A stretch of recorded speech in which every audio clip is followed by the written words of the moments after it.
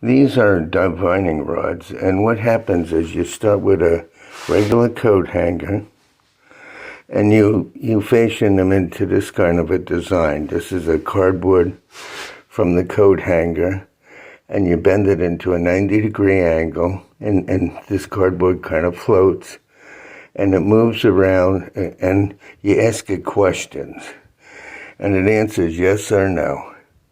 And it's a simple thing. If you don't have a pair of cutters, you can keep bending the metal and it will break. And of course, pliers will have to bend like this end piece here. You know, this is one that I use. This answers yes or no. It just floats, see? And I notice a lot of psychics now are using this on the internet to answer questions for people. But I have a long story that goes along with my divining rods. I showed the design of the divining rods. You take a coat hanger, and it comes from the dry cleaner with a little piece of cardboard. And you cut the cardboard and you put it on the divining rod, as I call it. It's basically a coat hanger converted into a floating little rod. And it divines things. And I have experience with this for over 40 years, and I'll tell a story on part 2 about how I met the Water Witch, and he had me use these divining rods as an experiment to a group of people, and I didn't even know what was going on.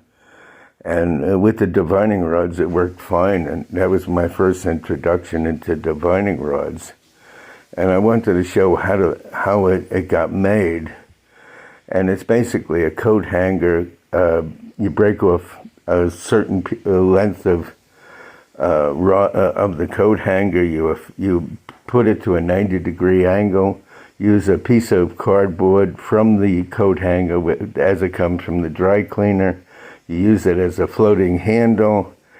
And you ask it questions, and you get used to asking the questions. Is my name so-and-so? Am I sitting in a chair? Did I just have a salami sandwich? Whatever. And see if it starts answering the truth to you. And then you can ask questions both about yourself and other people. And this is what psychics are doing on the internet. But I have an unusual story, which I'll put in part 2, about how I got introduced into the divining rods. And it's a good story.